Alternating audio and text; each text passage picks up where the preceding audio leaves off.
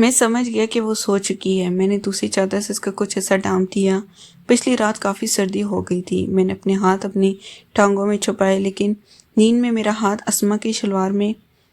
Uncle अपना हाथ निकालो। मैंने खींचकर अपना हाथ बाहर निकाल लिया। मुझे बहुत शर्मिंदगी महसूस हो रही थी। अस्मा उठकर वार्ड में चली गई। मैं वहीं बेंच पर बैठ गया। ये इन दिनों की बात है जब मेरी बीवी की तबीयत बहुत ख़राब थी। मुझे कुछ दिन कबल अपनी बीवी को हॉस्पिटल दाखिल करवाना पड़ा। मेरी बड़ी साली ज़ाहिदा और इसकी बड़ी बेटी अस्मा हॉस्पिटल में मेरी बीवी का पता करने के लिए आई। मेरी साली ज़ाहिदा मुझसे काफ़ी बड़ी हैं। इनकी बड़ी बेटी अस्मा की उम्र भी 20 साल है, जो कि कॉलेज में पढ़ती है। हमारा आपस में आना जाना होने की वजह से अस्मा और मैं दरमियान में काफ़ी बनती थी। इस दिन मेरी साली ज़ाहिदा और अस्मा तकरीबन दोपहर के वक्त हॉस्पिटल में आई। इन दिनों तकरीबन मार्च का महीना था और ज़्यादा गर्मी ना थी। शाम के वक्त मेरी साली ज़ाहिदा घर जाने लगी तो इसने अस्मा को मेरे पास छोड़ दिया, पर मैंने इनसे कहा आप इसको साथ ले जाएं, मगर वो इस बात पर जिद कर रही थी इसको हॉस्पिटल में ही रख लो ताकि आपको भी परेशानी कम हो जाए। मैंने अस्मा को रोक लिया और मेरी साली ज़ाहिदा घर वापस चली गई। इसके बाद अस्मा मेरी बीवी के पास अंदर वार्ड में चली गई और मैं बाहर बैठ गया। कुछ देर बाद अस्मा आई और मुझे एक पर्ची दी और बोली ये दवा लानी है और अगर मुझे भूखा नहीं मारना तो कुछ खाने को भी ले आए, और हंसने लगी। मैंने से हलीमा का पूछा वो कैसी है तो इसने कहा वो ठीक है, अभी डॉक्टर ने कुछ नहीं बताया। मैंने कहा ठीक है। मैं दवा लेने हॉस्पिटल से बाहर चला गया। मैंने अस्मा को दवा दी और कहा ये देकर आ जाओ, बाहर जाकर कुछ खा कर आते हैं। इसने शॉपर पकड़ा और अंदर चली गई। थोड़ी देर बाद अस्मा वापस आ गई और बोली मैं अपना मोबाइल आंटी को दे आई हूँ। फिर मैं और अस्मा हॉस्पिटल से बाहर निकल गए और एक होटल पर खाना खाने लगे। इस दौरान हम यहाँ वहाँ की बातें करते रहे। खाना खाने के बाद हम हॉस्पिटल वापस आ गए और वो दोबारा वार्ड में चली गई। शाम काफ़ी हो चुकी थी। मैंने वार्ड से कुछ दूर एक बेंच पर कब्जा कर लिया और बैठकर मोबाइल पर फिल्म देखने लगा। रात 11 बजे करीब अस्मा का मैसेज आया, कहाँ हैं? मैंने कहा मैं वार्ड से कुछ दूर बैठा हूँ। इसने कहा मैं बाहर आई थी, आप थी नहीं, मैं वापस चली गई। मैंने कहा तुम क्यों बाहर आई थी, क्या कुछ चाहिए था? इसने कहा नहीं, आंटी सो गई हैं, मैं बोर हो रही थी इसलिए मैंने सोचा बाहर जाती हूँ। मैंने अस्मा को रिप्लाई किया कि आ जाओ। थोड़ी देर के बाद मैंने अस्मा को देखा, वो वार्ड से बाहर निकलकर मुझे ढूंढ रही थी। मैंने अस्मा को इशारा किया और वो आकर मेरे साथ बेंच पर बैठ गई और हम बातें करने लगे।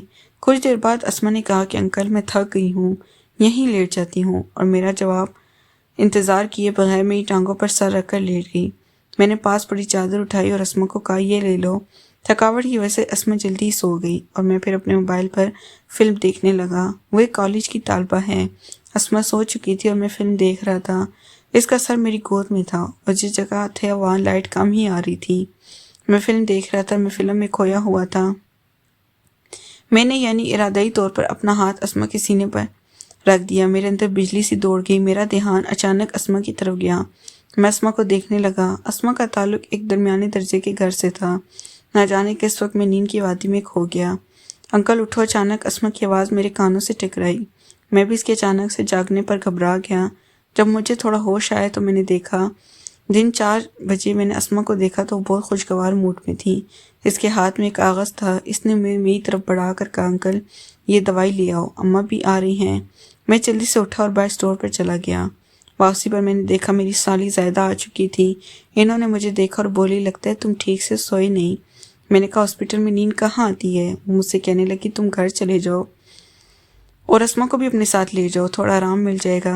मैंने भी इनकी हाँ में हाँ मिला दी और अस्मा को लेकर बाहर आ गया और हम एक रिश्के में बैठकर घर की तरफ चल पड़े। 3-4 घंटे आराम करने के बाद मैं उठा, तब तक दोपहर हो चुकी थी। मैंने खाना खाकर वापस हॉस्पिटल आ गया और मेरी बीवी की तबीयत काफ़ी बेहतर थी, मगर अभी भी इसको डिस्चार्ज करना मुश्किल नज़र आ रहा था। मैंने अपनी साली ज़ाहिदा से कहा कि अब वो घर चली जाए। इसने मना कर दिया। मैं मुलाकात के वक्त अपनी बीवी के पास आकर बैठा। शाम हो चुकी थी, सूरज डूब चुका था। अचानक मैंने अपना मोबाइल निकाला तो अस्मा की 4 कॉल्स आई हुई थी। मैंने फ़ौरन इसे कॉल की, लेकिन इसने मेरी कॉल अटेंड नहीं की। तकरीबन 5 मिनट के बाद ये अस्मा और इसके साथ मेरी एक और साली साजदा और इसकी छोटी बहन निमरा, जिसकी उम्र 15 साल थी, वार्ड में दाखिल हुए। इनके हाथ में खाना था। वो सब बैठकर मेरी बीवी से बातें करने लगी और मैं बाहर आकर बैठ गया। मुलाकात का वक्त ख़त्म हो चुका था और डॉक्टर के आने का वक्त था। सबको वार्ड से बाहर आना पड़ा। मैंने उनको कहा सब घर चली जाएं। अस्मा और निमरा बाहर रिश्का लेने चली गईं और मेरी बड़ी साली ज़ाहिदा मुझसे कहा कि मैं अस्मा को अपने साथ रखूं। میں نے کہا نہیں باجی، حلیمہ بہتر ہے، لیکن میری سالی زاہدہ نے اسما کو رکنے پر زور دیا۔ میں نے بھی نہ نہیں کی، کہیں کہ ارادہ تبدیل نہ ہو جائے۔ اسما اور نمرہ اندر آئیں۔ اسما کو میری سالی زاہدہ نے کہا تم آج رات اپنی آنٹی کے پاس رک جاؤ۔ میں نے اسما کو کہا اسما اگر آرام سے رک سکو تو رکو۔ اسما بولی نہیں انکل تم فکر نہ کرو۔ سب چلے گئے اور اسما اندر وارڈ میں چلی گئی۔ تھوڑی دیر بعد اسما آئی اور اس نے کہا ڈاکٹر نے کچھ ٹیسٹ لکھ کر دیے ہیں، وہ جمع کرانے ہیں۔ میں اس کے ساتھ لیبارٹری چلا گیا۔ بہت رش تھا۔ میں نے اسما کو کہا کہ پیسے جمع کرو، میں ٹیسٹ والی لائن میں لگ جاتا ہوں۔ اسما میری دائیں جانب لائن میں لگ گئی اور میں ٹیسٹ جمع کروانے والی لائن میں لگ گیا۔ اچانک میرے کانوں میں آواز آئی، یار کیا لڑکی مست ہے۔ میں نے پیچھے دیکھا تو 2 لڑکے اسما کو دیکھ رہے تھے۔ مجھے ان پر تھوڑا غصہ آیا اور اسما واقعی بہت اچھی لگ رہی تھی۔ پھر میری باری آ گئی اور میں جمع کروا کر باہر آ گیا اور کچھ دیر بعد اسما بھی آ گئی اور ہم کھانا کھانے باہر کینٹین میں چلے گئے۔ کھانا کھانے کے بعد اسما وارڈ میں چلی گئی اور میں پھر باہر بیٹھ گیا اور کل والی رات کے بارے میں سوچنے لگا۔ میرا خیال تھا کہ اسما آج نہیں آئے گی۔ رات کے 11:30 بجے بج چکے تھے۔ میں اسی بینچ پر بیٹھا تھا۔ اچانک میں نے اسما کو اپنی جانب آتے دیکھا اور اٹھنے لگا۔ اسما نے دور سے ہاتھ کے اشارے سے مجھے بیٹھنے کے لیے کہا اور خود آ کر میرے پاس بیٹھ گئی۔ میں نے کہا کیا ہوا، سوئی نہیں، نیند نہیں آئی؟ آنٹی سو گئی ہیں، پھر تم بھی سو جاتی۔ انکل کل کی طرح سو جاؤں گی، تم فکر نہ کرو۔ اندر نیند نہیں آتی، ٹھیک ہے، جیسے تمہاری مرضی۔ میں نے ایک چادر کو اپنی گود میں رکھ لیا اور اسما نے پھر میری گود میں اپنا سر رکھ لیا اور ہم کچھ دیر گھر کی باتیں کرتے رہے، پھر وہ سو گئی۔ میں نے اسما کو چادر دینے کی ہلکی سی آواز دی مگر وہ نہیں بولی۔ میں سمجھ گیا کہ وہ سو چکی ہے۔ میں نے دوسری چادر سے اس کا کچھ حصہ ڈھانپ دیا۔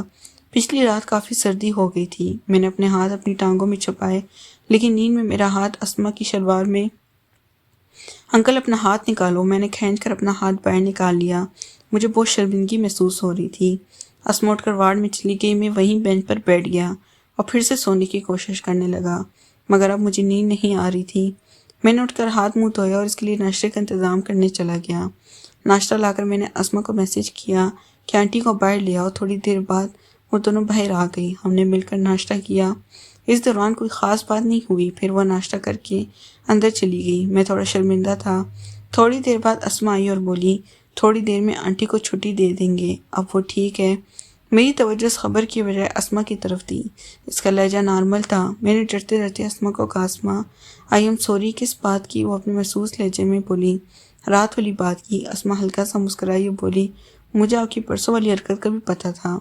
اسما کا جواب میرے لیے حیرت تھا۔ وہ ہلکا سا مسکرائی اور اندر چلی گئی۔ نیکسٹ پارٹ کے لیے چینل کو لازمی سبسکرائب کریں۔ شکریہ۔